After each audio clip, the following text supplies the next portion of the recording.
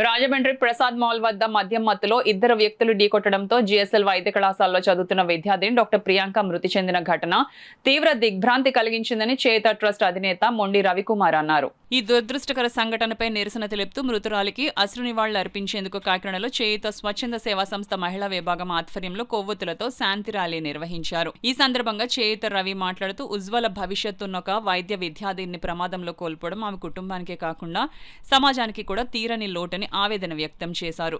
భవిష్యత్తులో ఇలాంటి ఘోరాలు పునరావృతం కాకుండా చూడాలని, అలాగే మాల్స్లోకి మద్యం మత్తులో ఉన్నవారిని అనుమతించిన వారిపై కఠిన చర్యలు తీసుకోవాలని డిమాండ్ చేశారు. పిల్లలను బయట ఎలా ప్రవర్తించాలో నేర్పించడంలో తల్లిదండ్రులు కూడా బాధ్యత వహించాలని సూచించారు. ఈ కార్యక్రమంలో చేత స్వచ్ఛంద సంస్థతో పాటు hope for change, global helping army, ఊపిరి ఫౌండేషన్, మిత్ర బృందం, దేవా ఫౌండేషన్ ప్రతినిధులు, మహిళా అధ్యక్షురాలు, తేజస్వి అసోసియేషన్ అధ్యక్షురాలు రామ్దేవ్ సుందరి, ఆర్గనైజేషన్ సెక్రటరీ మంజుల, చేత సంస్థ జనరల్ సెక్రటరీ చింతా నారాయణ, జన విద్యా వేదిక జిల్లా అధ్యక్షుడు కొమ్మన తాతారావు స్వచ్ఛందంగా పాల్గొని తమ మద్దతు తెలిపారు.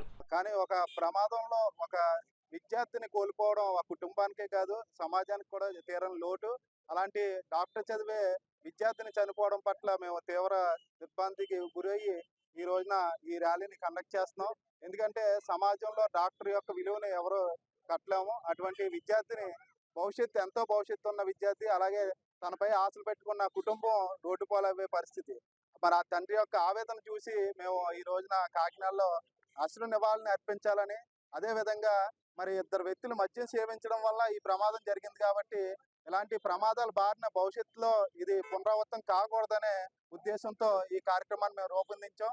మరి దీంట్లో తల్లిదండ్రుల పాత్ర కూడా, అంటే ఒక మగవాడు రోడ్డు మీద ఎలా ప్రవర్తించాలనే తల్లిదండ్రులు ఇంటి దగ్గర చెప్పినట్లయితే ఈ విధంగా జరిగి ఉండదు. మరి అలాంటి పిల్లల భవిష్యత్తుని, విద్యార్థుల యొక్క భవిష్యత్తుని నాశనం చేసే అధికారం ఎవరికీ లేదు. మరి తల్లిదండ్రుల యొక్క బాధ్యతని గుర్తు చేస్తూ మరి డ్రంక్ అండ్ డ్రైవ్లు కూడా మరి ఖచ్చితంగా అమలు చేయాల్సిన బాధ్యత ఉంది. మరి మాల్లోకి మద్యం సేవించిన వ్యక్తులను ఎలా ఎంటర్ చేశారు, అలాగే మరి ఈ ఘటన జరిగిన తర్వాత మరి ఏ విధమైన చర్యలు తీసుకోబోతున్నారు అనేది కూడా మరి చూడాల్సిన పరిస్థితి ఉంది. మరి ఈవిడికి న్యాయం జరగాలని కోరుకుంటూ, అలాగే భవిష్యత్తులో ఎలాంటి పునరావృతం కాకుండా అందరూ కూడా తల్లిదండ్రుల పాత్ర మరొకసారి గుర్తు చేస్తూ ఈ శాంతి ర్యాలీ. నేను చేయూత ఉమెన్స్ వింగ్ని. ఈరోజు డాక్టర్ ప్రియాంక తన చనిపోయిన విషయం మీద మేము ర్యాలీ చేయడానికని భరతమాత విగ్రహం నుంచి, తెలుగు తల్లి విగ్రహం నుంచి కలెక్టరేట్ వరకు చేయడం జరుగుతుంది. అనేక ఫౌండేషన్స్ అన్ని కలిపి. తనది నిజంగా దేవుడు రాసిన చావు అనేది కాదండి.